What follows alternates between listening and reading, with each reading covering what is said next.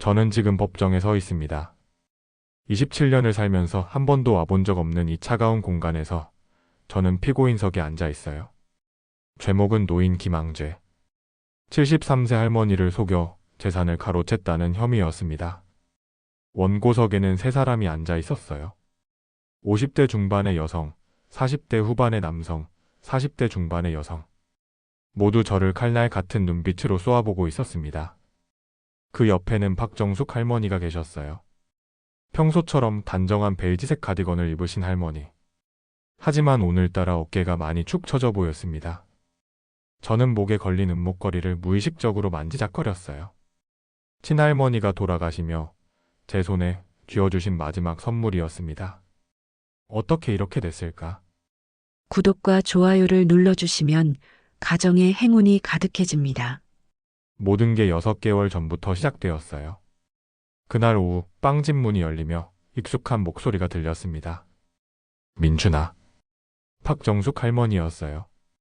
할머니는 일주일에 서너 번은 꼭 빵집에 들르셨습니다. 식빵 한 봉지를 사시면서 제 얼굴을 보러 오시는 거였죠.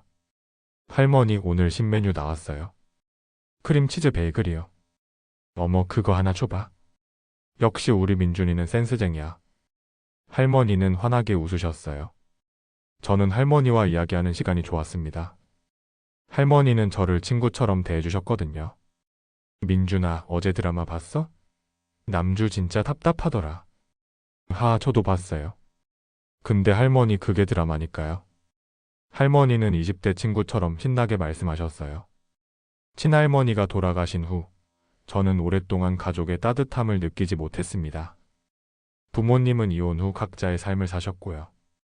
그런데 박정숙 할머니는 제게 그 빈자리를 채워주는 존재였어요. 할머니와의 인연은 1년 전에 시작되었습니다. 슈퍼 앞에서 넘어지신 할머니를 제가 부축해드렸었죠. 그때 할머니가 제 목에 걸린 은목걸이를 보시더니 깜짝 놀라셨어요. 어머, 그 목걸이. 우리 남편이 나한테 사준 거랑 똑같네. 그날 이후로 할머니와 저는 자주 만났습니다. 할머니는 제 그림 작업을 응원해 주셨고 저는 할머니의 말벗이 되어드렸어요. 그런데 그날 할머니의 표정이 평소와 달랐습니다. 6개월 전 9월의 어느 저녁이었어요.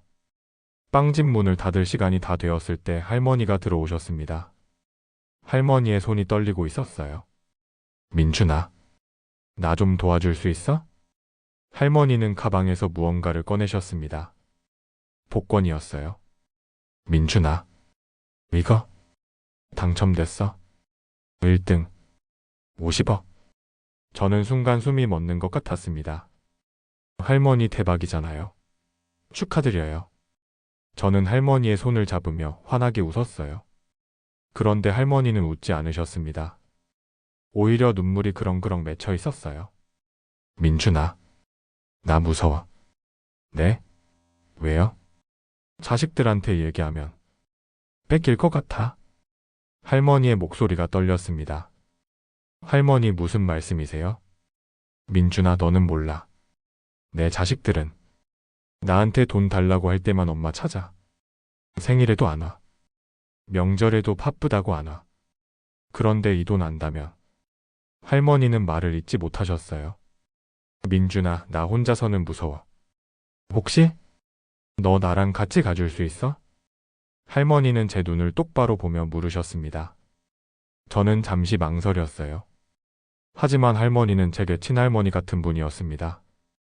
이제 할머니가 도움이 필요하다면 제가 도와드리는 게 당연했어요. 할머니, 제가 같이 갈게요. 걱정하지 마세요. 할머니는 그제야 눈물을 흘리셨어요. 고마워, 민준아. 3일 후 저는 할머니와 함께 복권 당첨금을 수령했습니다. 50억이 할머니 통장으로 입금되었어요. 할머니는 떨리는 목소리로 말씀하셨습니다. 민준아, 우리 해냈다. 네, 할머니. 정말 축하드려요. 우리는 환하게 웃으며 할머니 집으로 돌아왔습니다. 그런데 집 앞에 이미 세 사람이 기다리고 있었어요. 큰딸 정미숙 씨가 다가오며 소리쳤습니다. 엄마, 어디 갔다 와요? 할머니는 제 손을 더 꽉 잡으셨어요. 미숙 씨가 저를 보더니 차갑게 물었습니다. 누구세요? 아, 안녕하세요. 저는 강민준이라고 합니다. 엄마, 저 사람 누구예요? 할머니가 떨리는 목소리로 대답하셨습니다. 재훈아. 이 친구는 나랑 친하게 지내는. 친하게? 둘째 아들 재훈 씨가 비웃듯 말했습니다. 엄마, 혹시 이 사람한테 돈 빌려주신 거 아니죠? 아니야. 할머니가 목소리를 높이셨어요. 공기가 얼어붙었습니다. 저는 뒤로 한 걸음 물러섰어요. 할머니, 저는 이만 가볼게요. 뒤에서 목소리들이 들렸습니다. 엄마, 대체 저 남자가 누구예요? 저는 빠른 걸음으로 골목을 빠져나왔습니다.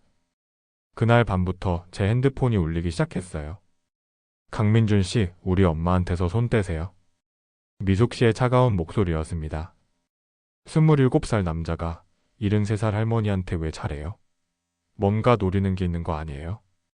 그날 밤 저는 잠을 이룰 수 없었습니다. 그리고 지금 저는 법정에 서 있습니다. 판사님이 말씀하십니다.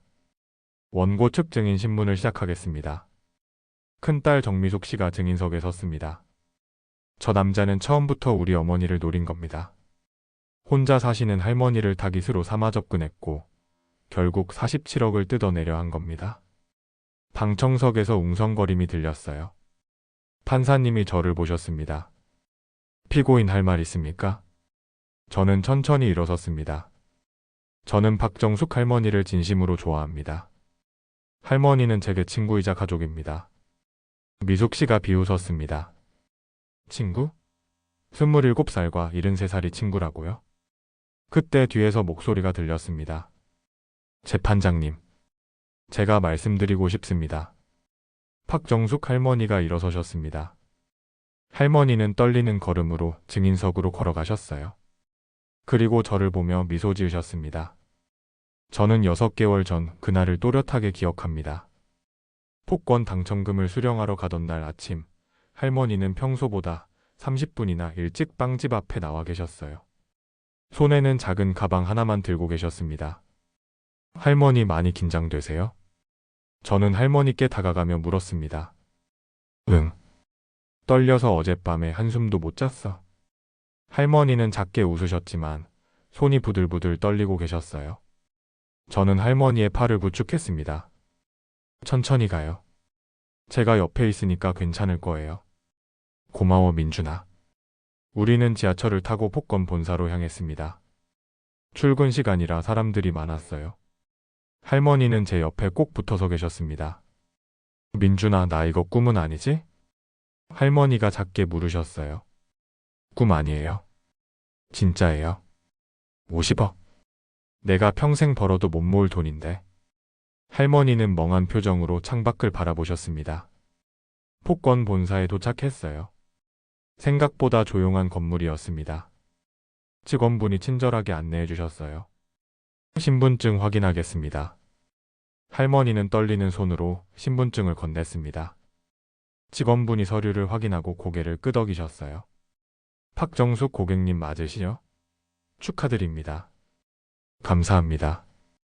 할머니의 목소리가 가늘게 떨렸어요. 서류 작성이 시작되었습니다. 할머니는 한 글자 한 글자 조심스럽게 쓰셨어요. 저는 옆에서 지켜봤습니다. 입금 계좌 번호 적어주세요. 할머니는 가방에서 통장을 꺼내셨어요. 20년 넘은 낡은 통장이었습니다. 할머니는 계좌번호를 또박또박 적으셨습니다. 확인 완료됐습니다. 잠시만 기다려주세요. 우리는 대기실에 앉았어요. 할머니는 계속 손을 비비셨습니다. 민준아, 진짜 들어오는 거 맞겠지? 네, 할머니. 곧 들어올 거예요. 5분쯤 지났을까요? 직원분이 다시 오셨습니다. 입금 완료됐습니다. 통장 정리하시겠습니까? 할머니는 고개를 끄덕이셨어요. 통장 정리기에 통장을 넣자 숫자들이 쭉 찍혀 나왔습니다. 50억. 할머니는 그 숫자를 한참 동안 바라보셨어요. 그리고 천천히 눈물이 흘러내렸습니다. 할머니. 저는 할머니의 어깨를 토닥였습니다. 민준아. 우리 해냈다. 할머니는 떨리는 목소리로 말씀하셨어요. 직원분들이 박수를 쳐주셨습니다. 할머니는 연신 고맙다고 인사하셨어요. 우리는 복권 본사를 나왔습니다. 밖은 화창한 가을 날씨였어요. 할머니는 제 팔을 잡고 환하게 웃으셨습니다. 민준아, 점심 먹자. 오늘은 내가 쏜다. 하하, 할머니 대박 나셨으니까 비싼 거 먹어야죠. 그래. 삼겹살 먹으러 가자. 할머니는 20대 친구처럼 신나게 말씀하셨어요. 우리는 동네 삼겹살집으로 갔습니다. 할머니가 자주 가시던 곳이었어요. 사장님, 삼겹살 2인분이요. 할머니가 주문하셨어요. 고기가 나오고 지글지글 구워지기 시작했습니다. 민준아, 너 꿈 이루려면 돈 많이 필요하지? 할머니가 갑자기 물으셨어요. 네? 아, 그림책 작가요? 뭐 그렇긴 하지만 내가 좀 도와줄게. 할머니, 그건 안 돼요. 저는 황급히 손을 저었습니다. 왜 안 돼? 나 돈 많은데. 할머니는 장난스럽게 웃으셨어요. 할머니 돈은 할머니가 쓰셔야죠. 내가 쓰고 싶은 게 너 꿈 이뤄주는 거야. 안 돼? 할머니는 제 손을 꽉 잡으셨어요. 저는 가슴이 뭉클했습니다. 하지만 고개를 저었어요. 할머니, 저는 할머니 돈 필요 없어요. 할머니가 행복하게 사시는 게 제 꿈이에요. 할머니는 눈시울이 붉어지셨습니다. 우리 민준이 착하긴. 우리는 고기를 구워 먹으며 한참을 웃고 떠들었어요. 그때만큼은 정말 행복했습니다. 마이너스. 하지만 그 행복은 오래가지 못했습니다. 할머니 집 앞에 도착했을 때 현관문 앞에 세 사람이 서 있었어요. 큰딸 정미숙 씨, 둘째 아들 정재훈 씨, 막내 며느리 박소연 씨였습니다. 할머니의 표정이 굳어졌어요. 제 손을 더 꽉 잡으셨습니다. 엄마. 미숙 씨가 다가왔습니다. 어디 갔다 와요? 전화도 안 받으시고? 걱정했잖아요. 미숙아. 나 그냥. 엄마, 그리고 이 사람은 누구예요? 미숙 씨의 시선이 제게로 향했습니다. 차갑고 날카로운 눈빛이었어요. 저는 얼른 인사를 드렸습니다. 안녕하세요. 저는 강민준이라고 합니다. 할머니랑. 할머니? 우리 엄마를 할머니라고 불러요? 미숙 씨가 제 말을 끊었어요. 재훈 씨가 앞으로 나왔습니다. 엄마, 저 사람 누구예요? 왜 우리 엄마 팔을 잡고 있어요? 재훈아, 이 친구는 나랑 빵집에서 알게 된. 빵집? 소연 씨가 끼어들었어요. 시어머니, 빵집 알바생이랑 친하게 지내셨어요? 응. 할머니의 목소리가 점점 작아졌습니다. 미숙 씨가 저를 위아래로 후워봤어요. 몇 살이세요? 27입니다. 27? 우리 엄마랑 나이 차이가 몇인데? 미숙 씨는 코웃음을 쳤습니다. 공기가 차가워졌어요. 저는 뒤로 한 걸음 물러섰습니다. 할머니, 저는 이만 가볼게요. 가족분들이랑 시간 보내세요. 민준아. 할머니가 불안한 눈으로 저를 봤습니다. 괜찮아요, 할머니. 나중에 연락드릴게요. 저는 재빨리 인사하고 돌아섰어요. 뒤에서 목소리들이 들렸습니다. 엄마, 대체 저 남자가 누구예요? 왜 저런 애랑 친하게 지내세요? 저는 골목을 빠져나오며 불안한 느낌이 들었습니다. 이상하다. 뭔가 분위기가 마이너스. 그날 밤 10시쯤 제 핸드폰이 울렸습니다. 모르는 번호였어요. 여보세요? 강민준 씨죠? 차갑고 날카로운 여성 목소리였습니다. 네, 그런데요. 저는 박정숙 씨의 큰딸 정미숙입니다. 저는 긴장했어요. 아, 안녕하세요. 강민준 씨, 단도직입적으로 말하겠습니다. 우리 엄마한테서 손 떼세요. 네? 저는 제대로 듣지 못한 줄 알았습니다. 못 들으셨어요? 우리 엄마한테서 손 떼라고요. 미숙 씨의 목소리가 더 날카로워졌어요. 저는 할머니를 도와드린 것뿐인데요. 도와드렸다고요? 27살 남자가 73살 할머니한테 왜 잘해요? 뭔가 목적이 있는 거 아니에요? 그게 아니라 저는 진심으로. 진심? 미숙 씨가 비웃었습니다. 강민준 씨, 우리 엄마가 오늘 복권 당첨금 받은 거 알아요. 50억이요. 그리고 당신이 같이 갔다는 것도 알아요. 저는 숨이 막혔습니다. 당신 목적이 뭐예요? 우리 엄마한테 돈 받으려는 거죠? 아닙니다. 저는 강민준 씨 경고합니다. 미숙 씨의 목소리가 얼음장처럼 차가워졌어요.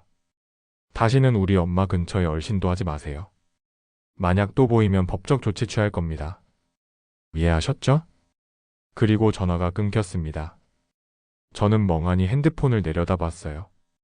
법적 조치? 손이 떨렸습니다. 저는 할머니께 문자를 보냈습니다. 할머니 괜찮으세요? 한참 후에 답장이 왔어요.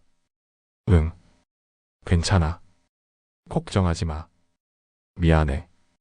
저는 침대에 누웠지만 잠을 이룰 수 없었습니다. 다음 날 아침 빵집에 출근했어요. 사장님이 저를 보더니 난처한 표정을 지으셨습니다. 민준아, 잠깐 나와봐. 네? 저는 사장님을 따라 빵집 밖으로 나갔어요. 사장님은 한숨을 쉬셨습니다. 민준아, 오늘 아침에 어떤 아줌마가 왔더라. 내가 할머니 꼬셨다고. 네. 나도 말도 안 된다고 했어. 근데 그 사람이 계속 따지는 바람에. 민준아, 미안한데 당분간 그 할머니 빵집에 안 오시게 할 수 있어? 사장님. 미안해. 손님들이 이상하게 볼까봐 걱정돼서. 저는 고개를 끄덕일 수밖에 없었습니다. 네, 알겠습니다. 그날 하루 종일 저는 불안했어요. 할머니가 걱정되었습니다. 오후 3시쯤 빵집 유리창 너머로 할머니가 보였어요. 할머니는 빵집 앞에서 망설이고 계셨습니다. 들어올까 말까 고민하시는 것 같았어요. 저는 밖으로 나갔습니다. 할머니. 할머니는 저를 보자마자 눈물을 글썽이셨어요. 민준아. 미안해. 할머니 왜요? 미숙이가 너한테 전화했다며. 괜찮아요, 할머니. 저는 할머니를 골목 안쪽으로 모셨어요. 사람들 눈에 띄지 않는 곳이었습니다. 할머니 무슨 일 있으세요? 할머니는 한참을 말을 못하시다가 천천히 입을 여셨어요. 어제 집에 돌아가니까 애들이 난리였어. 복권 당첨된 거 어떻게 알았냐고, 왜 자기들한테 말 안 했냐고. 미숙이가 내 가방을 뒤졌나 봐. 은행 문자 봤대. 그래서 다 들통났어. 할머니는 눈물을 흘리셨습니다. 그리고 너 얘기를 했더니 애들이 완전히 돌변했어. 엄마가 20대 남자한테 홀렸다. 사기꾼이다. 그런 식으로. 저는 주먹을 꽉 쥐었습니다. 할머니, 제가 자녀분들한테 직접 말씀드릴까요? 오해를. 안 돼. 할머니가 제 손을 꽉 잡으셨어요. 그러면 더 안 좋아질 거야. 저 애들은 일단 의심하면 절대 안 풀려. 그럼 어떡해요? 민준아, 우리 그냥 잠깐 안 만나는 게 좋을 것 같아. 할머니의 목소리가 떨렸어요. 저는 가슴이 아팠습니다. 할머니, 미안해. 내가 너한테 피해를 주고 싶지 않아. 할머니는 제 얼굴을 한참 바라보시다가 돌아서셨어요. 할머니. 저는 할머니를 불렀지만 할머니는 고개만 한번 돌리고는 빠르게 걸어가셨습니다. 저는 그 자리에 멍하니 서 있었어요. 그날 밤 SNS를 확인했습니다. 최근 게시물에 이상한 댓글들이 달리기 시작했어요. 이 사람 동네에서 할머니 꼬시는 남자래요. 노인 상대로 사기치는 거 아니에요? 조심하세요. 이런 사람 조심해야 됩니다. 저는 손이 떨렸습니다. 누가 이런 글을 올린 걸까요? 그때 여자친구 수진이한테 전화가 왔어요. 오빠? 수진아? 오빠? SNS 봤어? 오빠 진짜 할머니 재산 노린 거 아니지? 당연하지. 나는 할머니를 진심으로 도와드린 거야. 제 목소리가 커졌습니다. 그럼 왜 할머니 자식들이 오빠를 그렇게 의심해? 그건 오해야. 오빠, 나도 오빠 믿고 싶어? 근데 오빠 솔직히 이상하잖아. 27살 남자가 73살 할머니한테 왜 그렇게 잘해? 수진아, 오빠 미안해. 나 좀 생각할 시간 필요할 것 같아. 수진아, 나 진짜? 뚝. 전화가 끊겼습니다. 저는 핸드폰을 던지고 싶었어요. 하지만 꾹 참았습니다. 침대에 누워 천장을 바라봤어요. 왜 이렇게 된 거지? 나는 잘못한 게 없는데.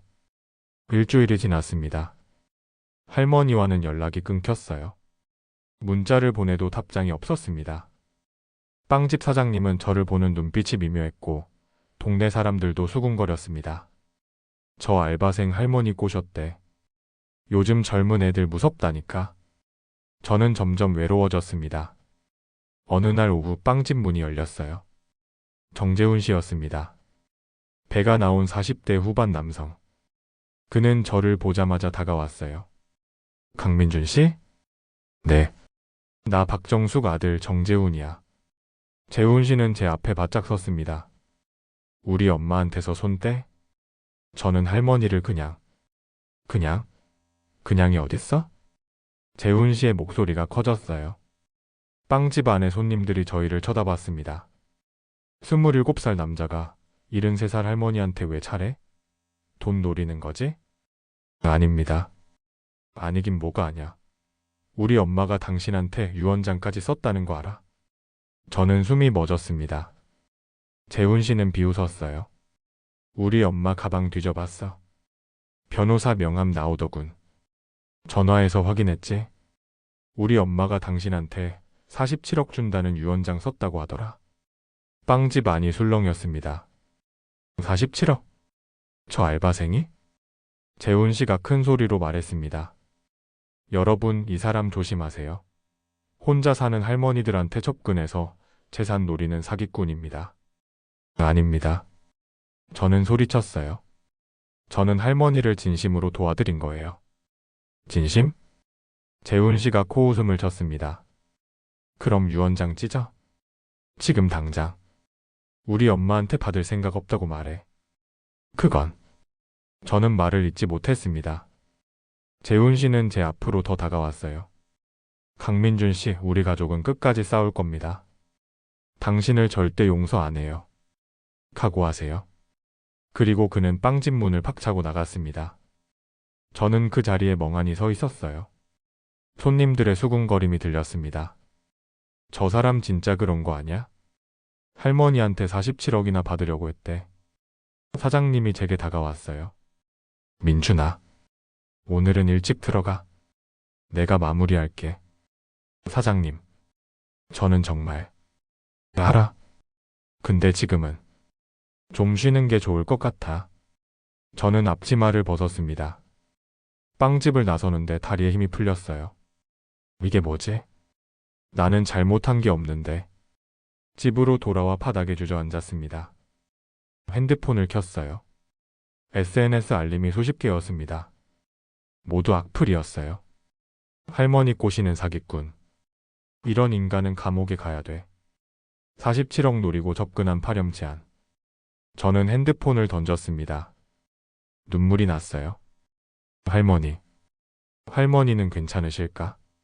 재훈 씨가 빵집에서 소란을 피운 후 제 일상은 완전히 무너졌습니다. 다음 날 출근했을 때 빵집 분위기가 이상했어요. 단골 할머니 손님 한 분이 저를 보더니 고개를 돌리셨습니다. 사장님, 크림빵 주세요. 제가 포장하려 하자 그분이 말씀하셨어요. 사장님이 해주세요. 사장님은 난처한 표정으로 저를 보셨습니다. 점심시간이 지나자 사장님이 저를 부르셨어요. 민준아, 미안한데 당분간 쉬는 게 어떨까? 네? 사장님, 저 잘못한 거 없는데요. 알아. 나도 너 믿어. 근데 손님들이 너 보면 불편해 하시더라고. 저는 입술을 깨물었습니다. 며칠만 쉬어. 사태가 진정되면 다시 나와. 네, 알겠습니다. 저는 앞치마를 벗고 빵집을 나왔어요. 거리를 걷는데 지나가는 아주머니들이 수군거렸습니다. 저 남자 아니야? 할머니 재산 노린다는. 어머, 맞네. 젊은 애가 겉만 멀쩡하지. 저는 고개를 숙이고 빠르게 걸었습니다. 집에 돌아와 SNS를 확인했어요. 댓글이 100개가 넘었습니다. 모두 악플이었어요. 이런 쓰레기가 사회에 돌아다니다니. 할머니들 조심하세요. 얼굴 공개해야 되는 거 아니에요? 저는 SNS 계정을 비공개로 전환했습니다. 핸드폰이 울렸어요. 대학 동기 형준이었습니다. 민준아, 너 무슨 일 있어? 형준아, 너 SNS에 이상한 소문 도는데 할머니 재산 노렸다는 거 사실이야? 아니야. 나는 그냥 도와드린 거야. 그럼 왜 유언장까지 쓰게 한 거야? 그게 말이 돼? 형준이의 목소리에도 의심이 섞여 있었습니다. 형준아, 그건 할머니가 직접. 민준아, 솔직히 말해. 너 돈 필요했던 거 아니야? 알바만 하면서 힘들었잖아. 형준아, 나는 그런 이유로. 민준아, 미안한데 나도 내 입장이 되면 솔직히 흔들렸을 것 같아. 47억이면 인생 바뀌는 돈이잖아. 나는 그런 생각 안 했어. 알았어. 근데 민준아, 당분간 연락 좀 자제하자. 내 주변 사람들도 이 얘기 알고 있더라고. 뚝. 전화가 끊겼습니다. 저는 핸드폰을 내려놨어요. 손이 떨렸습니다. 친구들마저. 3일 후 더 큰 일이 벌어졌습니다. 집 초인종이 울렸어요. 누가 왔을까 싶어 문을 열었습니다. 40대 중반의 여성이 서 있었어요. 박소연 씨, 할머니의 막내 며느리였습니다. 안녕하세요, 강민준 씨. 소연 씨는 차갑게 웃었습니다. 무슨 일이세요? 잠깐 얘기 좀 할 수 있을까요? 저는 망설였지만 문을 열어줬어요. 소연 씨는 거실을 둘러봤습니다. 여기서 사세요? 원룸이네요. 월세죠? 네. 얼마예요? 그건 왜요? 궁금해서요. 27살에 월세살이면 힘들죠. 그래서 우리 시어머니한테 접근한 거 아니에요? 소연 씨의 목소리가 날카로워졌습니다. 아닙니다. 저는. 강민준 씨, 솔직하게 말씀하세요. 얼마 받으려고 했어요? 47억 다 받으려고 한 거예요. 아니면 일부만?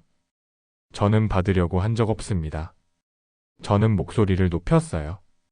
소연 씨는 가방에서 서류 뭉치를 꺼냈습니다. 이게 뭔지 아세요? 뭔데요? 고소장이에요. 노인 기망죄. 우리 가족은 강민준 씨를 고소하기로 결정했어요. 저는 숨이 턱 막혔습니다. 고소요? 네. 우리 시어머니는 정신이 온전하지 않으세요. 73세 고령이시고 외로움을 많이 타시려. 그런 분의 심리적 약점을 이용해서 재산을 가로채려 한 거예요.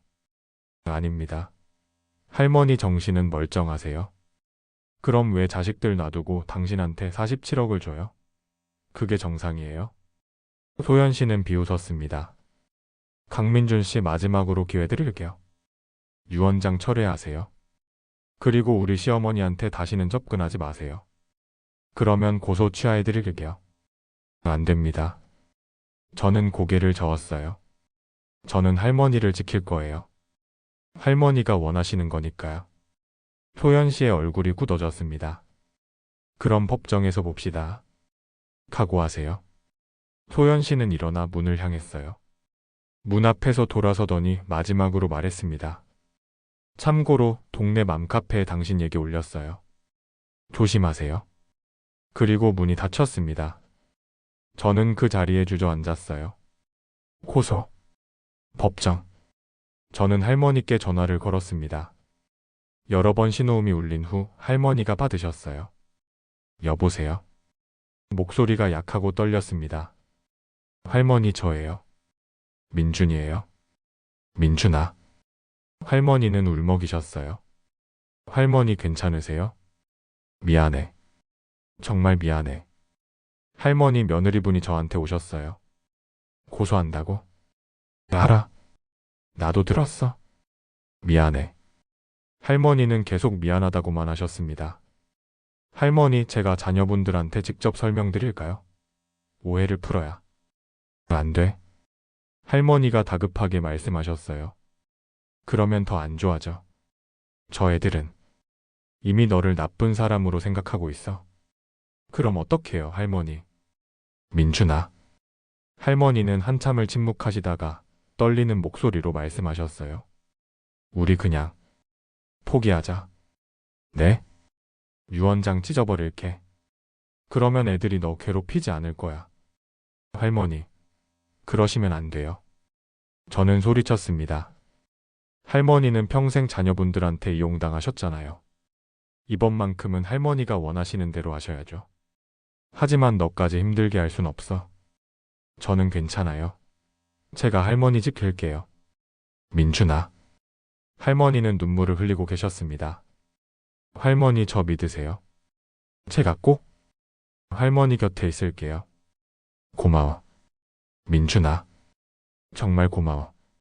전화를 끊고 저는 창밖을 바라봤습니다. 가을비가 내리고 있었어요. 어떻게 해야 하지? 그때 문득 생각이 떠올랐습니다. 변호사를 찾아가자. 법적으로 대응해야 해. 다음 날, 저는 무료 법률 상담소를 찾았습니다. 30대 중반으로 보이는 여성 변호사가 저를 맞아주셨어요. 무슨 일로 오셨어요? 저는 처음부터 끝까지 모든 상황을 설명했습니다. 할머니와의 만남, 복권 당첨, 유언장, 그리고 자녀들의 고소까지. 변호사님은 진지하게 들으시더니 고개를 끄덕이셨어요. 일단 노인 기망죄로 고소당하셨다는 건 심각한 상황이에요. 제가 정말 잘못한 건가요? 아니요. 듣기론 당신이 강요하거나 사기친 게 아니라 할머니께서 자발적으로 유언장을 작성하신 거잖아요. 네, 맞습니다. 그럼 문제 없어요. 하지만 상대방 가족들이 할머니가 정신이 온전하지 않다고 주장할 가능성이 높아요. 저는 불안해졌습니다. 그럼 어떡하죠? 할머니께서 정신감정을 받으셔야 해요. 치매나 정신질환이 없다는 걸 증명하셔야 합니다. 할머니는 멀쩡하세요. 알아요. 하지만 법적으로 증명이 필요해요. 변호사님은 명함을 건네주셨어요. 제가 도와드릴게요. 무료 법률 상담 범위를 넘어서지만 이 사건 제가 맡고 싶네요. 정말요? 네. 당신 이야기 들으니까 화가 나더라고요. 평생 헌신한 어머니를 돈으로만 보는 자식들. 변호사님은 한숨을 쉬셨습니다. 강민준 씨, 이 싸움 쉽지 않을 거예요. 각오하세요. 네. 저는 할머니를 지킬 거예요. 저는 단호하게 대답했습니다. 그날 저녁, 저는 할머니께 전화를 드렸습니다. 할머니, 저 변호사 선임했어요. 민준아. 변호사 비용 비싼데. 괜찮아요. 무료 법률 상담 받았어요. 미안해. 다 나 때문에. 할머니 미안하다고 하지 마세요. 이건 할머니 잘못이 아니에요. 저는 할머니를 안심시켰습니다. 할머니 한 가지만 부탁드릴게요. 병원 가서 정신감정 받으셔야 해요. 정신감정? 네. 할머니가 정신적으로 온전하시다는 걸 증명해야 해요. 그래야 자녀분들 주장을 막을 수 있어요. 할머니는 한참 침묵하시다가 대답하셨어요. 알았어. 내가 갈게. 고맙습니다, 할머니. 아니야. 내가 더 고마워. 민준아. 너는 내 평생 만난 사람 중 가장 좋은 친구야. 할머니의 목소리가 떨렸습니다. 저는 눈시울이 붉어졌어요. 저도 할머니가 제일 좋아요. 친할머니 같아요. 고마워. 정말 고마워. 전화를 끊고 저는 목에 걸린 목걸이를 만졌습니다. 친할머니의 목소리가 들리는 것 같았어요. 민준아, 착하게 살아라. 내 마음이 재산이다. 맞아. 내 마음이 재산이야. 할머니를 지키는 게 옳은 일이야. 저는 결심을 다졌습니다. 하지만 며칠 후 더 큰 충격이 기다리고 있었습니다. 여자친구 수진이가 만나자고 했어요. 카페에서 만났습니다. 수진이는 저를 보자마자 차갑게 말했어요. 오빠, 우리 헤어지자. 뭐? 미안해. 나도 고민 많이 했어. 근데 오빠 일 때문에 내 주변 사람들한테서 이상한 소리 듣는 게 힘들어. 수진아, 나는 정말 잘못한 거 없어. 알아. 오빠 믿어. 근데 오빠? 솔직히 이상하잖아.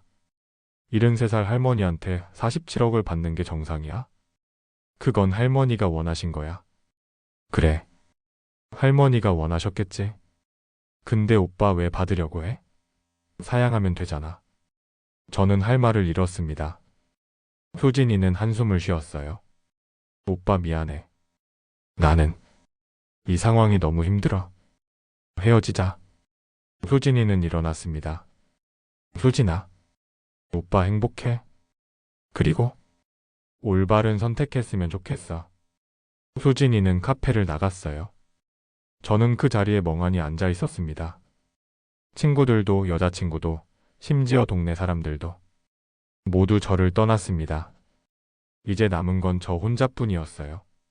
아니, 한 분이 더 계셨죠. 박정숙 할머니. 저는 주먹을 꽉 쥐었습니다. 할머니를 지키자. 끝까지. 변호사를 선임한 지 일주일이 지났습니다. 저는 집에만 틀어박혀 있었어요. 빵집은 당분간 나가지 말라는 사장님 말씀에 무급 휴가 중이었고, 동네에 나가면 사람들 시선이 따가웠거든요. 그날도 집에서 그림을 그리고 있었습니다. 그림책 작가의 꿈은 아직 포기하지 않았어요. 그게 제 유일한 위안이었습니다. 초인종이 울렸어요. 또 누가 왔을까? 저는 조심스럽게 문을 열었습니다.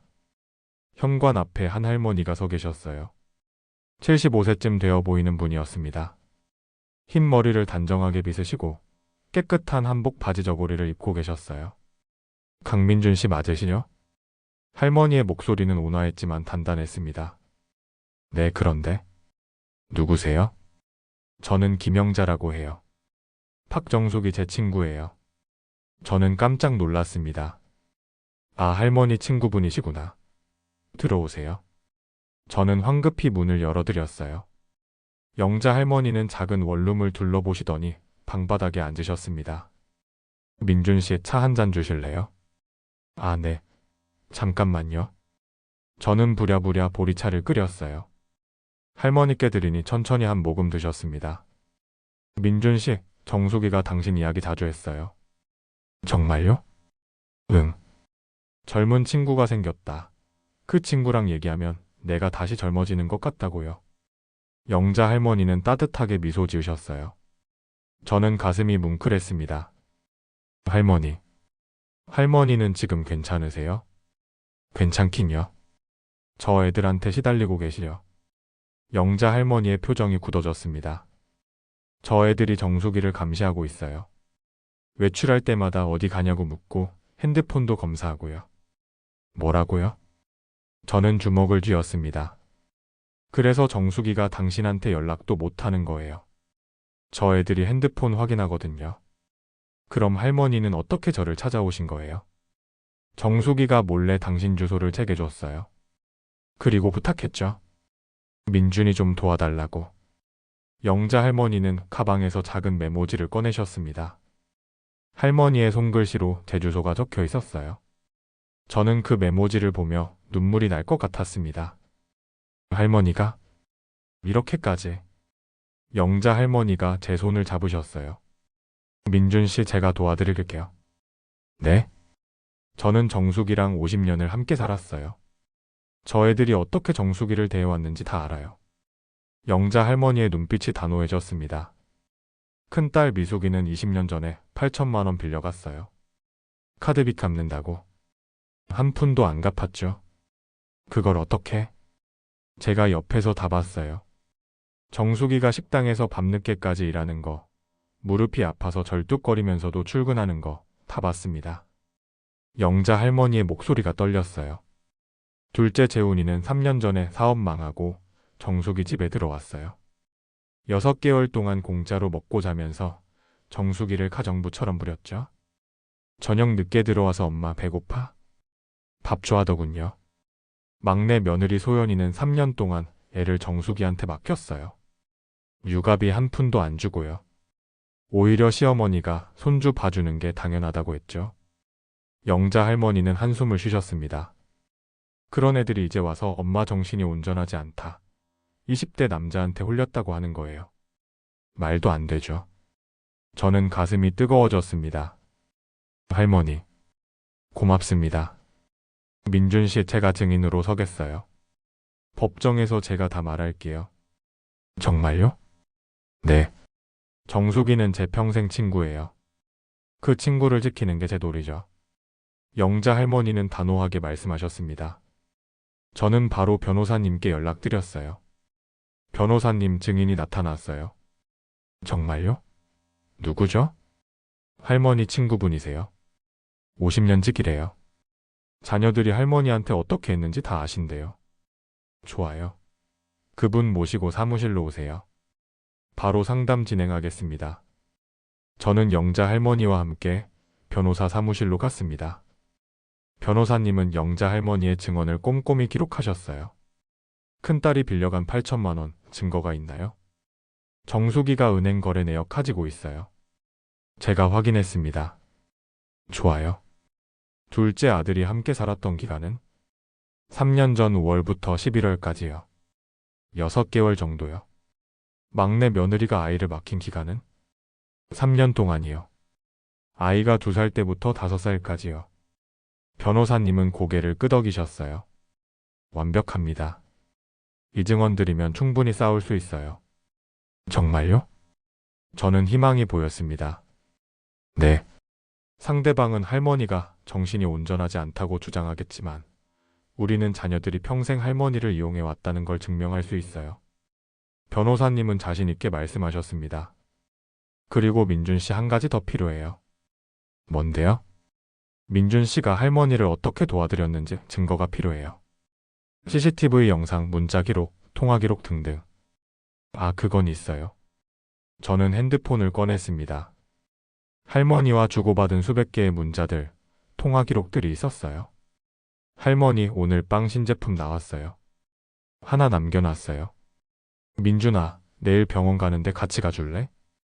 할머니, 제가 그린 그림 보세요. 어때요? 와, 진짜 잘 그렸다. 변호사님은 문자들을 확인하시더니 웃으셨어요. 이거면 충분해요.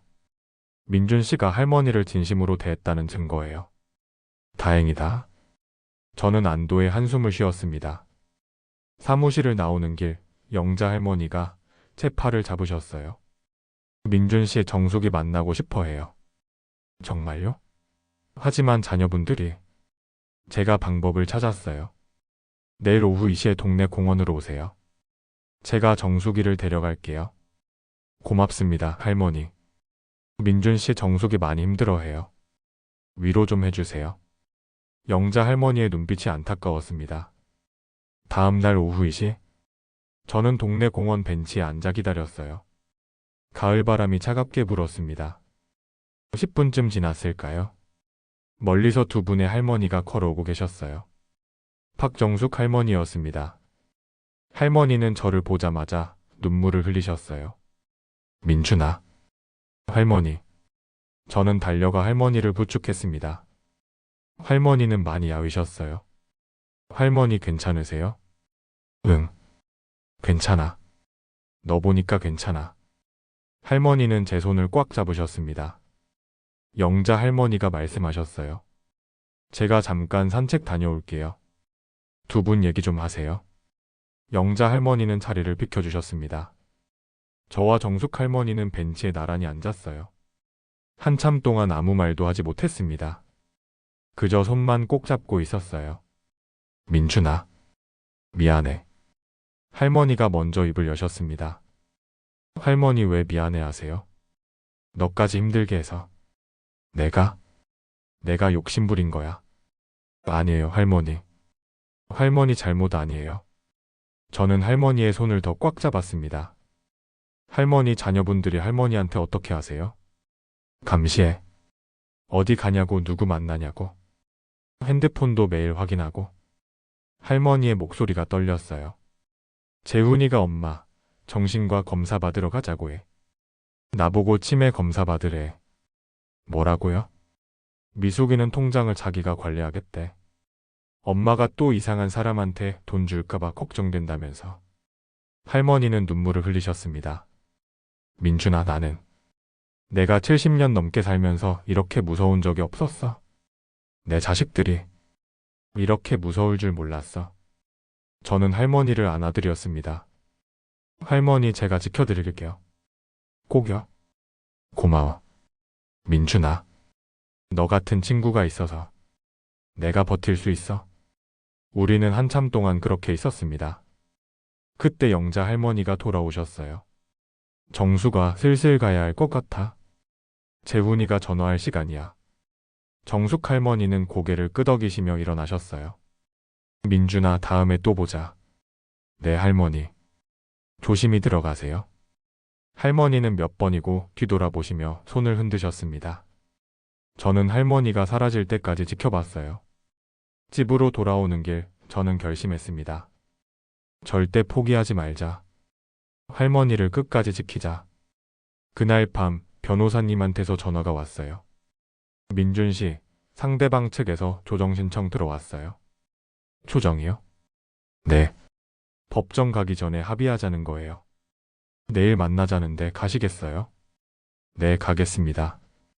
좋아요. 내일 오전 10시에 사무실로 오세요. 같이 가죠. 전화를 끊고 저는 창밖을 바라봤습니다. 내일이면 자녀분들을 직접 만나는구나. 긴장되었지만 동시에 각오가 섰습니다.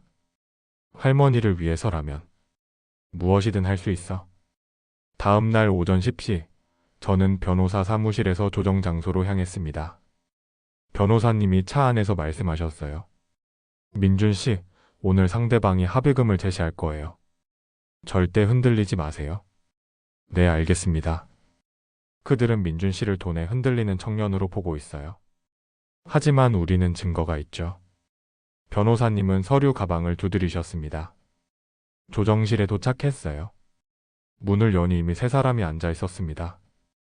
큰딸 정미숙 씨, 둘째 아들 정재훈 씨, 막내 며느리 박소연 씨였어요. 그리고 그들 옆에는 변호사로 보이는 50대 남성이 앉아 있었습니다. 저와 눈이 마주치자 미숙 씨가 코웃음을 쳤어요. 오셨네요. 조정위원이 말씀하셨습니다. 자, 양측 모두 오셨으니 시작하겠습니다. 원고 측부터 말씀하시죠. 상대방 변호사가 서류를 펼쳤습니다. 저희 의뢰인들은 피해자 박정숙 씨의 자녀들입니다. 피고인 강민준 씨가 73세 고령의 어머니를 기망하여 재산을 편취하려 했다고 주장합니다. 객관적 증거가 있습니까? 조정위원이 물으셨어요. 피고인은 27세 청년으로 경제적으로 어려운 상황입니다. 그런 그가 갑자기 73세 할머니와 친하게 지내며 폭권 수령까지 동행했습니다. 그리고 47억 원의 유언장까지 작성하게 만들었죠. 미숙 씨가 끼어들었습니다. 우리 어머니는 외로움을 많이 타세요. 그런 심리적 약점을 이용한 겁니다. 저는 주먹을 꽉 쥐었어요. 변호사님이 제 어깨를 가볍게 두드리며 일어서셨습니다. 조정위원님, 저희도 증거가 있습니다. 변호사님은 서류 뭉치를 꺼내셨어요. 첫째, 강민준 씨와 박정숙 씨의 문자 기록입니다.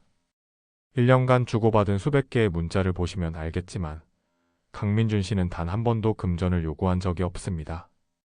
변호사님은 문자 기록을 테이블에 놓으셨어요. 둘째, 강민준 씨가 박정숙 씨를 도운 기록입니다.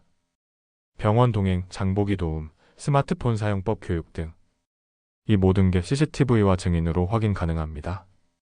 재훈 씨가 비웃었습니다. 그래서요? 그렇게 친절 떨다가 결국 47억 받으려고 한 거잖아요. 아닙니다. 변호사님의 목소리가 단호해졌어요. 강민준 씨는 유언장을 요구한 적이 없습니다. 박정숙 씨가 스스로 작성하신 겁니다. 우리 엄마가 왜 그랬겠어요? 분명히 저 남자가 꼬신 거죠. 미숙 씨가 목소리를 높였습니다. 조정위원이 손을 들어 제지하셨어요. 진정하세요. 원고 측 계속하시죠. 상대방 변호사가 말했습니다. 저희는 오늘 합의안을 제시하러 왔습니다. 합의안이요? 제 변호사님이 물으셨어요. 네. 강민준 씨가 유언장을 철회하고 박정숙 씨에게 더 이상 접근하지 않는다면 저희는 고소를 취하하겠습니다. 그리고 보상금으로 3천만 원을 드리겠습니다. 조정실이 조용해졌습니다. 3천만 원. 제게는 엄청난 돈이었어요. 2년치 생활비가 넘는 금액이었습니다. 미숙 씨가 말했습니다. 강민준 씨 나쁜 제안 아니잖아요? 3천만 원이면 당신 같은 알바생한테는 큰 돈이죠. 소연 씨도 거들었어요. 그 돈으로 당신 꿈이랑 그림책 하세요. 우리 시어머니는 우리가 알아서 모실게요. 재훈 씨가 덧붙였습니다. 강민준 씨, 솔직히 47억 받을 수 있다고 생각해요? 우리가 가만히 있을 것 같아요? 법정 가면 당신 이미지 완전히 망가질 거예요. 할머니 재산 노린 사기꾼으로요. 저는 그들을 바라봤습니다. 그들의 눈에는 오직 계산만 있었어요. 3천만 원으로 저를 해결하려는 거였죠. 저는 천천히 입을 열었습니다. 거절합니다. 뭐라고요? 미숙 씨가 놀란 표정을 지었어요. 저는 3천만 원도 47억도 필요 없습니다. 저는 그냥 할머니가 행복하셨으면 좋겠어요. 말도 안 되는 소리 하지 마세요. 재훈 씨가 소리쳤습니다. 그럼 뭐예요? 당신은 돈도 안 받고 그냥 우리 엄마한테 잘해준 거예요? 네, 맞습니다. 저는 단호하게 대답했어요. 저는 할머니를 친구처럼, 가족처럼 생각했습니다. 돈 때문이 아니에요. 미숙 씨가 비웃었습니다. 친구? 27살과 73살이 친구라고요? 왜 안 되는데요? 제 변호사님이 끼어드셨어요. 나이 차이가 우정을 막는 법은 없습니다. 오히려 질문하고 싶네요. 원고 측 여러분, 당신들은 어머니를 언제 마지막으로 찾아뵀습니까? 조정실이 조용해졌습니다. 생일에는요? 명절에는요? 변호사님은 서류를 펼치셨어요. 저희가 조사한 바에 따르면 큰딸 정미숙 씨는 최근 3년간 어머니 생일에 단 한 번도 방문하지 않았습니다. 미숙 씨의 얼굴이 굳었어요. 둘째 아들 정재훈 씨는 작년 설날에도 찾아뵙지 않았죠. 바쁘다는 문자 한 통만 보냈습니다. 재훈 씨가 입을 다물었어요. 막내 며느리 박소연 씨는 3년간 아이를 맡기고 육아비 한 푼 들이지 않았습니다. 소연 씨가 당황한 표정을 지었어요. 변호사님은 다른 서류를 꺼내셨습니다. 그리고 이건 은행 거래 내역입니다. 큰딸 정미숙 씨, 20년 전에 어머니께 8천만 원 빌리셨죠? 그건 한 푼도 갚지 않으셨습니다. 이건 증여가 아니라 차용입니다. 법적으로 문제가 될 수 있어요. 미숙 씨의 얼굴이 창백해졌어요. 둘째 아들 정재훈 씨, 3년 전 사업 실패 후 어머니 댁에 6개월간 거주하셨죠? 생활비는 한 푼도 안 들였습니다. 그건 내가 힘들 때였고, 어머니도 힘드셨습니다.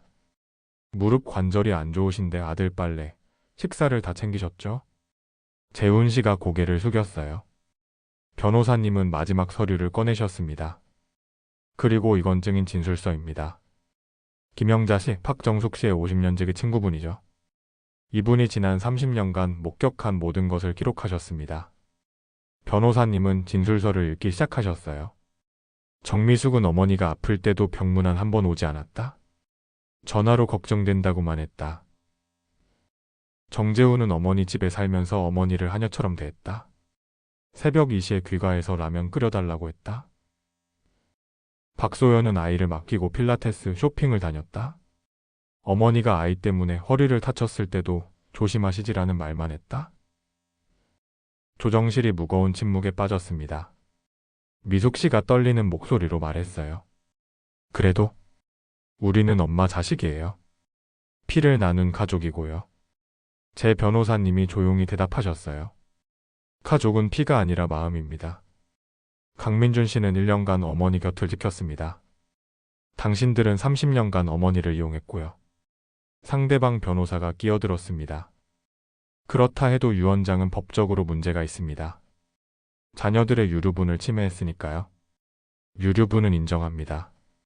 제 변호사님이 고개를 끄덕이셨어요. 하지만 박정숙 씨는 이미 자녀들에게 충분히 주셨습니다. 큰딸에게 8천만 원, 둘째 아들에게 6개월 생활비, 막내 며느리에게 3년 육아 서비스. 이것만 해도 1억이 넘습니다. 그건. 그리고 유원장에서 각 자녀에게 5천만 원씩 배정하셨습니다. 총 1억 5천만 원이죠. 법적 유류분보다 많습니다. 상대방 변호사는 할 말을 잃었어요. 조정위원이 말씀하셨습니다. 오늘 조정은 여기까지 하겠습니다. 양측 모두 다시 한번 생각해 보시기 바랍니다. 조정실을 나오며 미숙 씨가 제게 다가왔어요. 강민준 씨, 진짜 법정 가실 거예요? 네. 후회하실 거예요. 우리는 끝까지 싸울 겁니다. 저도 끝까지 싸우겠습니다. 할머니를 위해서요. 미숙 씨는 이를 갈며 돌아섰습니다. 차 안에서 변호사님이 말씀하셨어요. 민준 씨 잘하셨어요. 흔들리지 않으셨네요. 할머니를 생각하면 흔들릴 수가 없었어요. 오늘 상대방 표정 보셨죠? 그들은 자신들이 한 일이 드러날까봐 두려워하고 있어요. 그럼 이제 어떻게 되는 거예요? 법정으로 가는 겁니다. 그리고 우리가 이길 거예요. 변호사님은 자신 있게 말씀하셨습니다. 저는 창밖을 바라봤어요. 가을 하늘이 맑았습니다. 할머니 조금만 기다리세요. 제가 꼭 할머니를 지켜드릴게요. 그날 밤 할머니한테서 문자가 왔어요. 민준아 고마워. 영자가 다 얘기해줬어? 너 때문에 자식들이 창피당했다며? 미안해. 저는 바로 답장을 보냈습니다. 할머니 미안할 거 없어요. 제가 할 일을 한 거예요. 할머니 조금만 참으세요. 곧 끝날 거예요. 응. 믿어. 우리 민준이 믿어. 저는 핸드폰을 꼭 쥐었습니다. 목에 걸린 은목걸이가 따뜻하게 느껴졌어요. 친할머니 저 잘하고 있는 거 맞죠? 제가 옳은 일 하는 거 맞죠? 그날 밤 저는 오랜만에 편히 잠들 수 있었습니다. 조정이 결렬된 지 3일 후 제 핸드폰이 울렸습니다. 영자 할머니였어요. 목소리가 다급했습니다. 민준 씨, 큰일 났어요. 할머니 무슨 일이세요? 정수기를. 저 애들이 정수기를 병원에 데려갔어요. 저는 벌떡 일어났습니다. 병원이요? 어디 아프세요?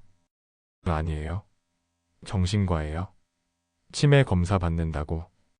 뭐라고요? 저는 가방을 들고 집 밖으로 뛰쳐나갔어요. 어느 병원이에요? 정신건강의학과요. 서둘러요, 민준 씨. 저는 택시를 잡아타고 병원으로 달렸습니다. 할머니. 병원에 도착했어요. 3층 정신건강의학과였습니다. 대기실에 정미숙 씨, 정재훈 씨, 박소연 씨가 앉아 있었어요. 저를 보자마자 미숙 씨가 일어섰습니다. 강민준 씨? 여기 왜 왔어요? 할머니는 어디 계세요? 우리 엄마 일인데 당신이 왜 참견이에요? 재훈 씨가 제 앞을 막아섰어요. 비켜주세요. 할머니 뵙고 싶어요. 안 돼요. 지금 검사 중이에요. 그때 진료실 문이 열렸습니다. 박정숙 할머니가 나오셨어요. 할머니는 제 얼굴을 보자마자 눈물을 글썽이셨습니다. 민준아. 할머니. 저는 할머니께 다가가려 했지만 재훈 씨가 막았어요. 엄마 이쪽으로 오세요. 의사가 나왔습니다. 50대 남성이었어요. 보호자분들 들어오시려. 미숙 씨, 재훈 씨, 소연 씨가 진료실로 들어갔습니다. 저는 할머니와 함께 대기실에 남았어요. 할머니 괜찮으세요? 민준아. 저 애들이 나보고 이상한 질문 많이 했어. 오늘이 몇 월 며칠이에요? 대통령이 누구예요? 그런 거? 할머니의 손이 떨렸습니다. 할머니 다 대답하셨죠? 응. 다 대답했어. 근데 민준아 나 무서워. 할머니는 제 손을 꽉 잡으셨어요. 진료실 문이 열렸습니다. 미숙 씨가 서류를 들고 나왔어요. 얼굴에 실망이 가득했습니다. 의사 선생님이 뭐래요? 제가 물었습니다. 미숙 씨는 서류를 확인하더니 혀를 찼어요. 정상이래요. 치매 아니래요. 당연하죠. 할머니는 멀쩡하시니까요. 저는 안도의 한숨을 쉬었습니다. 하지만 재훈 씨가 미숙 씨한테 뭐라고 속삭였어요. 미숙 씨는 고개를 끄덕이고 다시 진료실로 들어갔습니다. 10분 후 미숙 씨가 다른 서류를 들고 나왔어요. 이번엔 미소를 띠고 있었습니다. 엄마 가시죠. 집에 가는 거야? 아니요. 다른 병원 가야 해요. 다른 병원? 할머니가 불안한 표정을 지으셨어요. 저는 미숙 씨를 막아섰습니다. 어디 가시는 거예요? 당신이랑 상관없어요. 비켜요. 할머니를 어디 데려가시는 거냐고요. 제 목소리가 커졌습니다. 미숙 씨는 서류를 제게 내밀었어요. 보세요. 의사소견서예요. 저는 서류를 받아 읽었습니다. 환자는 경도인지 장애 의심 소견이 있으며 정밀 검사 및 단기 입원 치료가 필요함. 이게 뭐예요? 방금 정상이라고 하지 않았어요? 정밀 검사가 필요하대요. 그래서 입원시키려고요. 입원이요? 저는 할머니를 봤습니다. 할머니는 겁에 질린 표정이었어요. 민준아, 나 입원 싫어. 할머니 괜찮아요. 제가? 비켜요, 강민준 씨. 재훈 씨가 저를 밀쳤습니다. 이건 가족 문제예요. 당신이 참견할 일이 아니에요. 할머니가 싫다잖아요. 우리 엄마는 판단력이 흐려진 상태예요. 우리가 결정하는 게 맞아요. 소연 씨가 할머니의 팔을 잡았어요. 시어머니 가세요. 좋은 병원이에요. 싫어. 나 안 가. 할머니는 뒤로 물러섰습니다.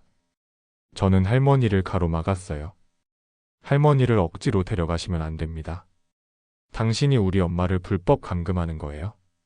미숙 씨가 핸드폰을 꺼냈습니다. 지금 경찰 부를 거예요. 당신이 우리 엄마를 감금하고 있다고요. 뭐라고요? 우리 엄마는 치료가 필요한 환자예요. 그런데 당신이 맡고 있잖아요. 미숙 씨는 정말로 112에 전화를 걸었습니다. 여보세요? 병원에 이상한 남자가 우리 엄마를 감금하고 있어요. 빨리 와주세요. 저는 당황했습니다. 할머니 제 뒤에 계세요. 할머니는 제 뒤에서 떨고 계셨어요. 10분 후 경찰이 도착했습니다. 무슨 일이죠? 경찰님, 저 남자가 우리 엄마를 감금하고 있어요. 미숙 씨가 소리쳤습니다. 경찰은 저를 보며 물었어요. 설명해 보세요. 저는 감금한 게 아니에요. 할머니가 입원 가기 싫다고 하셔서. 우리 엄마는 정신이 온전하지 않아요. 의사소견서 여기 있어요. 미숙 씨는 서류를 경찰에게 건넸습니다. 경찰은 서류를 확인하더니 저를 봤어요. 당신은 보호자가 아니죠? 아니지만. 그럼 비켜주세요. 가족 문제는 가족이 해결해야 합니다. 하지만 할머니가 싫다고. 할머니는 지금 정신이 온전하지 않다고 의사가 판단했어요. 보호자의 결정을 따라야 합니다. 경찰은 저를 옆으로 밀었어요. 할머니. 할머니는 제게 손을 뻗으셨지만 소연 씨가 팔을 잡아 끌었습니다. 민준아. 민준아. 할머니의 울음소리가 복도에 울려 퍼졌어요. 저는 쫓아가려 했지만 경찰이 막았습니다. 그만하세요. 더 하시면 공무집행방해로 체포할 수 있어요. 저는 무너져 내렸습니다. 할머니는 엘리베이터에 실려 내려가셨어요. 마지막으로 할머니와 눈이 마주쳤습니다. 할머니는 눈물을 흘리고 계셨어요. 미안해요, 할머니. 제가 지키지 못했어요. 마이너스. 저는 즉시 변호사님께 전화했습니다. 변호사님, 할머니를 강제로 입원시켰어요. 뭐라고요? 어디로요? 모르겠어요. 병원 이름도 안 알려줬어요. 진정하세요. 제가 확인해 볼게요. 30분 후 변호사님한테서 전화가 왔어요. 민준씨 요양병원이에요. 폐쇄병동이에요. 폐쇄병동이요? 네. 정신질 환자를 위한 병동이에요. 함부로 나갈 수 없어요. 저는 손이 떨렸습니다. 어떡하죠? 일단 내일 면회 신청을 해봅시다. 그리고 법원에 가처분 신청을 할게요. 가처분이요? 네. 부당한 입원이니 즉시 퇴원시켜달라는 거예요. 얼마나 걸려요? 빠르면 일주일. 일주일이요? 그때까지 할머니가. 저는 목이 메었습니다. 마이너스. 그날 밤 저는 잠을 이룰 수 없었습니다. 할머니의 울음소리가 귓가에 맴돌았어요. 민준아. 민준아. 저는 창밖을 바라봤습니다. 비가 내리고 있었어요. 할머니. 무섭지 않으세요? 외롭지 않으세요? 목에 걸린 은목걸이를 꽉 쥐었습니다. 친할머니, 제가 뭘 해야 하죠? 어떻게 해야 할머니를 구할 수 있죠? 그때 핸드폰이 울렸어요. 영자 할머니였습니다. 민준 씨, 제가 정숙이 면회 갔다 왔어요. 할머니는 괜찮으세요? 괜찮진 않아요. 울고만 계셨어요. 영자 할머니의 목소리가 떨렸습니다. 그리고 민준 씨한테 전해달라고 했어요. 뭐라고요? 민준아, 미안해. 포기해도 돼. 너까지 힘들게 하기 싫어. 라고요. 저는 눈물이 쏟아졌습니다. 할머니. 민준 씨, 정숙이가 가방을 두고 갔어요. 그 안에 뭔가 있을 것 같아요. 제가 가지고 있을게요. 고맙습니다, 할머니. 전화를 끊고 저는 결심했습니다. 포기할 수 없어? 절대로. 다음 날 저는 요양병원을 찾아갔습니다. 면회 신청을 했어요. 박정숙 환자 면회 신청합니다. 접수 직원이 컴퓨터를 확인하더니 고개를 저었어요. 면회 금지 명단에 올라가 있네요. 네? 왜요? 보호자께서 특정인 면회를 금지하셨어요. 강민준 씨 맞으시죠? 저는 주먹을 쥐었습니다. 제발요. 5분만이라도? 죄송합니다. 보호자 허락 없이는 안 됩니다.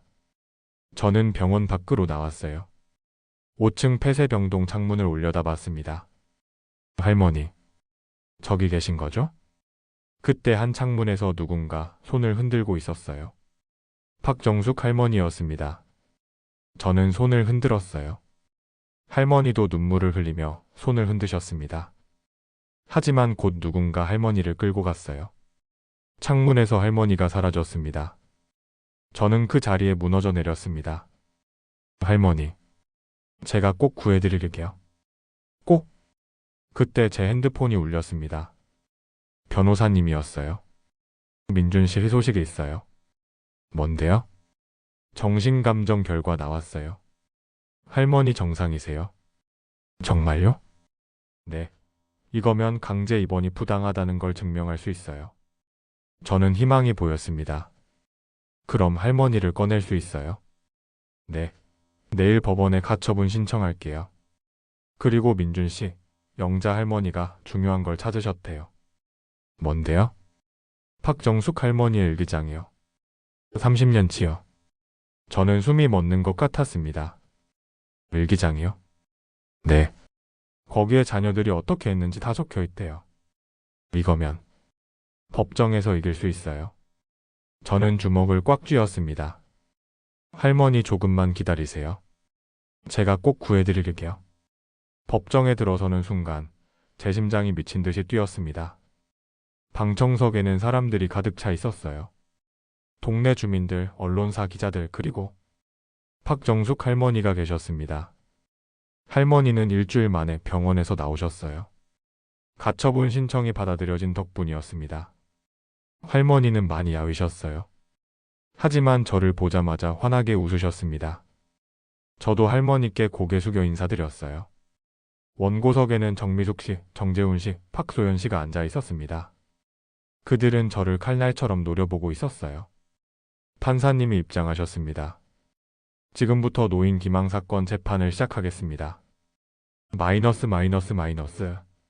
원고 측 변호사가 먼저 일어섰습니다. 재판장님, 피고인 강민주는 73세 고령의 박정숙 씨를 기망하여 47억 원의 재산을 편취하려 했습니다. 증거를 제시하십시오. 피고인은 27세 청년으로 경제적으로 어려운 상황입니다. 그런 그가 우연히 할머니와 가까워진 후 복권 당첨금 수령까지 동행했습니다. 그리고 47억 원의 유언장을 작성하게 만들었습니다. 객관적 증거가 있습니까? 피해자 박정숙 씨는 현재 경도인지 장애를 앓고 있습니다. 의사소견서가 여기 있습니다. 원고 측 변호사는 서류를 제출했어요. 판사님이 서류를 확인하셨습니다. 피고 측 반박하십시오. 제 변호사님이 일어섰습니다. 재판장님, 박정숙 씨는 정신감정 결과 정상으로 판명되었습니다. 이것이 그 결과지입니다. 변호사님은 정신감정서를 제출하셨어요. 원고 측이 제시한 의사소견서는 부당한 방법으로 발급받은 것입니다. 박정숙 씨를 강제로 입원시키기 위한 위장 진단서였습니다. 방청석이 술렁이었어요. 판사님이 두 서류를 비교하셨습니다. 원고 측 해명하십시오. 미숙 씨가 일어났습니다. 재판장님, 저희는 어머니가 걱정되어서 병원에 모셨을 뿐입니다. 어머니가 이상한 남자에게 속고 계시다고 생각했습니다. 이상한 남자라는 근거가 있습니까? 27살과 73살이 친구라는 게 말이 됩니까? 분명히 뭔가 목적이 있는 겁니다. 미숙 씨의 목소리가 커졌어요. 제 변호사님이 반박하셨습니다. 재판장님, 우정에는 나이 제한이 없습니다. 오히려 질문하겠습니다. 원고들은 박정숙 씨를 언제 마지막으로 찾아뵀습니까? 그건 증거를 제시하겠습니다. 변호사님은 서류 뭉치를 꺼내셨어요. 이것은 박정숙 씨의 휴대폰 통화 기록입니다. 최근 3년간 큰딸 정미숙 씨와의 통화는 총 47통. 평균 2분 미만입니다. 대부분 돈 보내달라는 내용이었습니다. 미숙 씨의 얼굴이 굳어졌어요. 둘째 아들 정재훈 씨와의 통화는 총 23통. 역시 대부분 용돈 부탁 내용입니다. 재훈 씨가 고개를 숙였습니다. 막내 며느리 박소연 씨는 3년간 단 5통의 통화. 모두 아이 좀 파달라는 내용이었습니다. 소연 씨가 입술을 깨물었어요. 변호사님은 다른 서류를 꺼내셨습니다. 반면 피고인 강민준과의 통화는 1년간 342통. 평균 통화 시간 15분입니다. 내용은 오늘 뭐 드셨어요? 몸은 괜찮으세요? 그림 그렸는데 보여드릴게요 등입니다. 방청석에서 탄식이 터져 나왔어요. 판사님이 원고 측을 보셨습니다. 원고들 할 말 있습니까? 재훈 씨가 일어났습니다. 재판장님, 저희도 바빴습니다. 생활이 힘들어서 엄마한테 자주 못 갔던 겁니다. 그렇다면 왜 어머니께 돈을 빌리고 갚지 않았습니까? 그건 변호사님이 끼어들었습니다. 재판장님, 은행 거래 내역입니다. 정미숙 씨는 20년 전 8천만 원을 빌렸습니다. 한 푼도 갚지 않았습니다. 그건 엄마가 주신 거예요. 미숙 씨가 소리쳤습니다. 증여 계약서가 있습니까? 그런 건 가족끼리 안 씁니다. 그렇다면 차용입니다. 법적으로 빚입니다. 판사님이 서류를 넘기셨어요. 정재훈 씨는 3년 전 6개월간 어머니 댁에 거주했습니다. 생활비는 드렸습니까? 저는 그때 힘들었습니다. 어머니도 힘드셨을 겁니다. 무릎이 안 좋으신데 아들 뒷바라지를 하셨죠. 재훈 씨는 할 말을 잃었어요. 박소연 씨, 3년간 아이를 맡기고 육아비를 드렸습니까? 시어머니가 손주 봐주시는 게 당연한 거 아닙니까? 당연한 게 아닙니다. 그것도 노동이고 비용입니다. 판사님의 목소리가 단호했습니다. 그때 제 변호사님이 말씀하셨습니다. 재판장님, 결정적 증거를 제시하겠습니다. 변호사님은 낡은 노트 3권을 꺼내셨어요. 이것은 박정숙 씨께서 30년간 쓰신 일기장입니다. 방청석이 술렁였습니다. 할머니가 고개를 끄덕이셨어요. 읽어드리겠습니다. 변호사님은 일기장을 펼쳤습니다. 2003년 5월 10일. 미숙이가 전화했다. 엄마 카드값 좀 도와줘. 8천만 원만. 나는 은행에서 대출받았다. 내 무릎 수술비였지만 딸이 급하다니 어쩔 수 없었다. 미숙 씨의 얼굴이 창백해졌어요. 2020년 3월 3일. 재훈이가 집에 들어왔다. 엄마, 한 달만 있을게. 하지만 6개월이 지났다. 재훈이는 매일 밤늦게 들어와 라면을 끓여달라 한다. 나는 무릎이 아파도 일어난다. 아들이니까? 재훈 씨가 고개를 떨구었습니다. 2021년 9월 15일. 소연이가 아이를 데려왔다. 시어머니, 오늘부터 봐주세요. 3년째다. 육아비는 한 번도 받지 못했다. 손주는 예쁘지만 내 허리는 점점 안 좋아진다. 소연 씨가 눈물을 글썽였어요. 변호사님은 다른 페이지를 펼쳤습니다. 2024년 2월 8일. 오늘은 내 생일이다. 73살. 아이들한테 연락 왔을까? 아니, 없다. 혼자 미역국을 끓여 먹었다. 외롭다. 방청석에서 한숨 소리가 들렸어요. 2024년 3월 20일. 오늘 슈퍼 앞에서 넘어졌다. 무릎이 너무 아팠다. 그때 한 젊은이가 나를 일으켜 세웠다. 강민준이라는 이름의 청년. 목에 걸린 은목걸이가 우리 남편이 사준 것과 똑같았다. 신기했다. 할머니가 눈물을 흘리셨어요. 2024년 4월 15일. 민준이가 빵집에 왔다. 크림치즈 베이글을 하나 남겨뒀다며 웃었다. 오랜만에 누군가 나를 챙겨주는 기분이었다. 따뜻했다. 저도 눈시울이 붉어졌습니다. 2024년 8월 30일. 민준이와 드라마 이야기를 했다. 나는 웃었다. 진짜로 웃었다. 이 나이에 이렇게 행복할 수 있구나. 변호사님의 목소리가 떨렸어요. 2024년 9월 10일. 복권에 당첨되었다. 50억.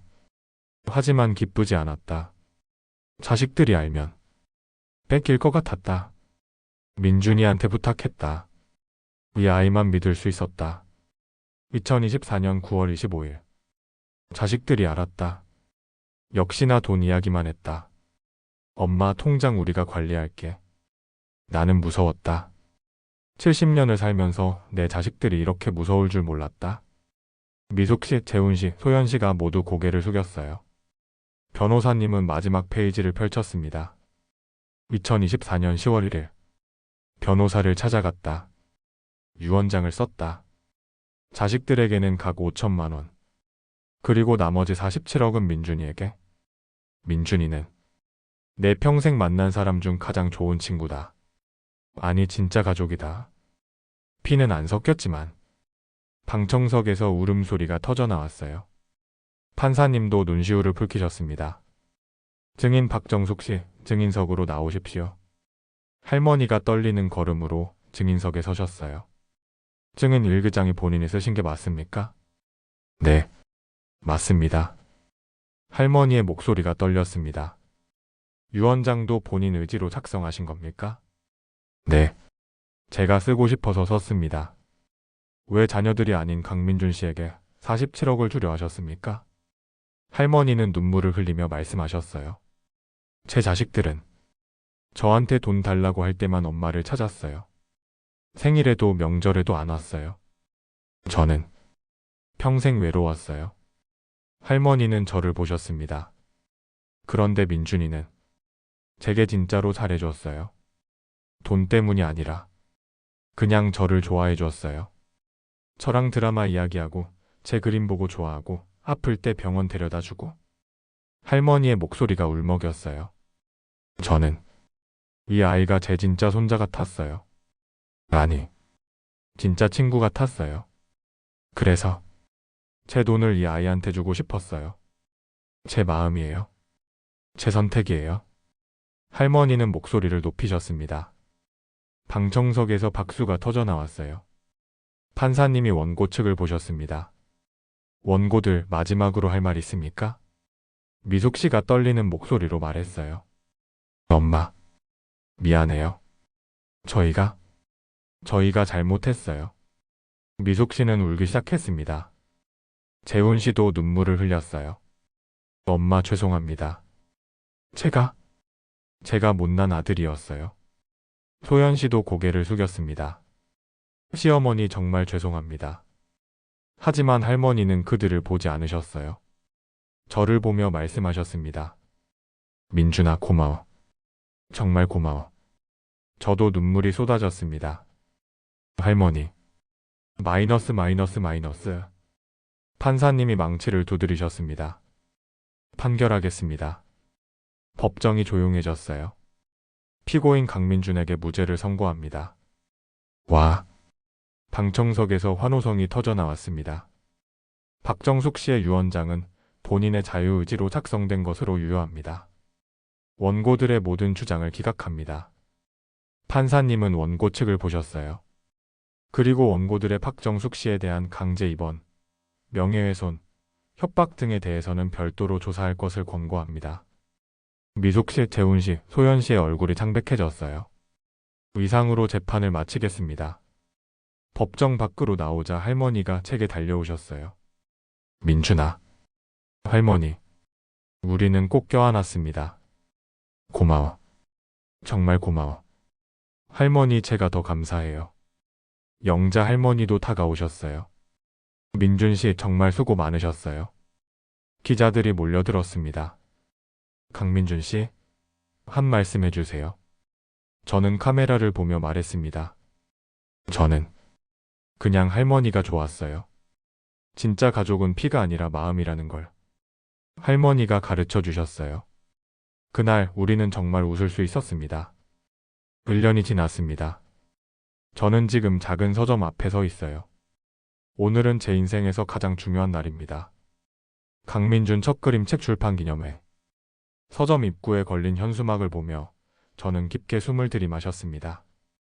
민준아, 긴장되니? 옆에서 박정숙 할머니가 제 손을 잡으셨어요. 네, 할머니. 떨려요. 괜찮아. 넌 잘할 거야. 할머니는 환하게 웃으셨습니다. 1년 전보다 훨씬 건강해 보이셨어요. 얼굴에도 생기가 돌았고요. 할머니, 제가 여기까지 올 수 있었던 건 다 할머니 덕분이에요. 무슨 소리야? 내 실력이지? 아니에요. 할머니가 믿어주셨으니까요. 저는 할머니의 손을 꽉 잡았습니다. 재판이 끝난 후 저는 결정을 내렸습니다. 47억 중 5억만 받기로요. 민준아, 왜 5억만 받으려고 해? 할머니가 물으셨었어요. 할머니, 저는 47억이 필요 없어요. 5억이면 제 꿈을 이루기에 충분해요. 하지만, 그리고 할머니, 나머지 돈으로 할머니가 하고 싶으신 거 아세요? 할머니 인생이에요. 저는 진심으로 말했습니다. 할머니는 눈물을 흘리셨어요. 민준아, 넌 정말. 할머니, 제가 할머니랑 함께 있을게요. 제 친할머니처럼요. 고마워.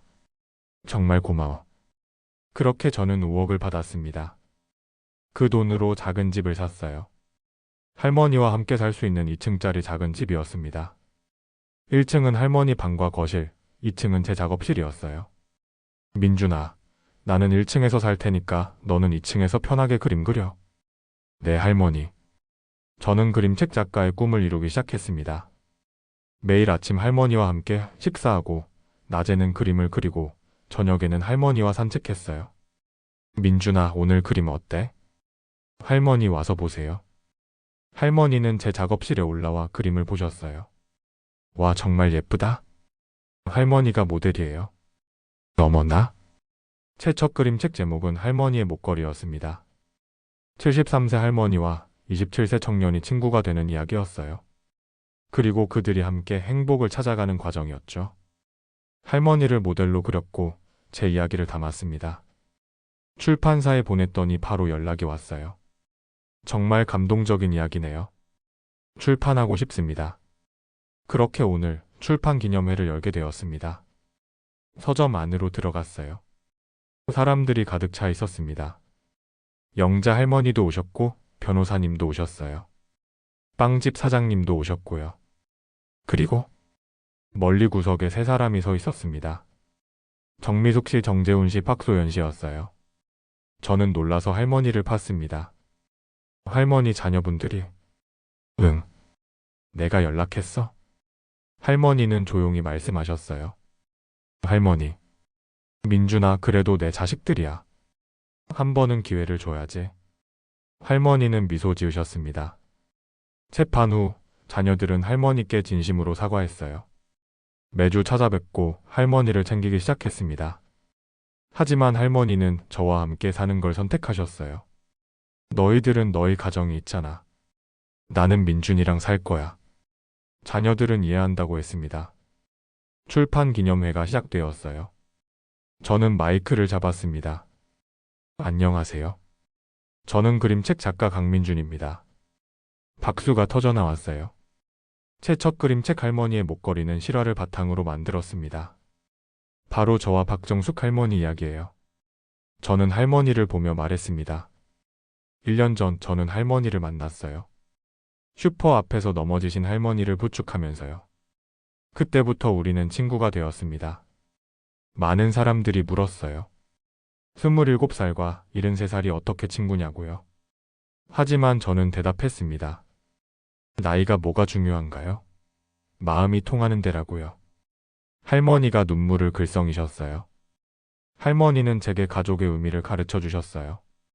진짜 가족은 피가 아니라 마음이라고요. 서로를 아끼고 챙기고 함께 웃는 게 가족이라고요. 저는 목에 걸린 은목걸이를 만졌습니다. 이 목걸이는 제 친할머니가 주신 거예요. 착하게 살아라. 내 마음이 재산이다라고 하셨죠? 저는 그 말씀을 지키려고 노력했어요. 그리고 진짜 보물을 찾았습니다. 바로 박정숙 할머니예요.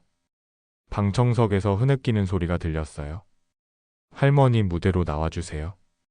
할머니가 천천히 무대로 올라오셨어요. 저는 할머니께 그림책 1호를 건넸습니다. 할머니 이거 받으세요. 제 첫 작품이에요. 할머니는 그림책을 받으시며 눈물을 흘리셨어요. 민준아, 고마워. 할머니 제가 더 고마워요.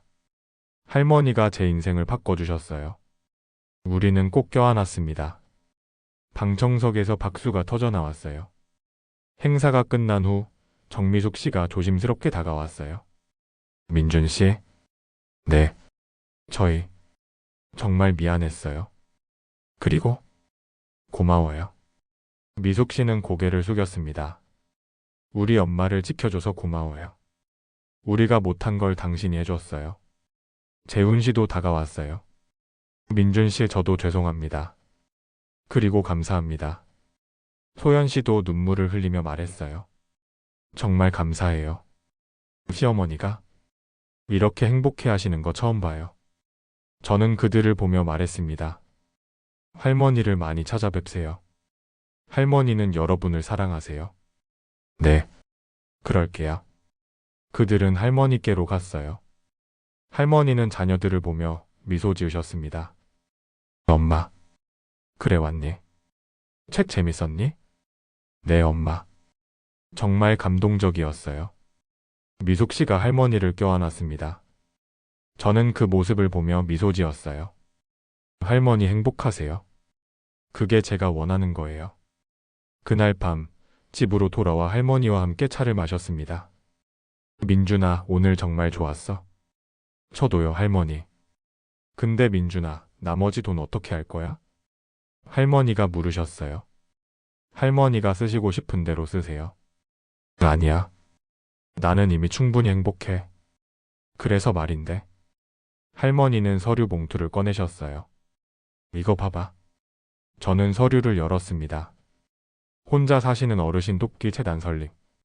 할머니, 나도 외로웠어? 그래서 혼자 사시는 할머니, 할아버지들 도와주고 싶어.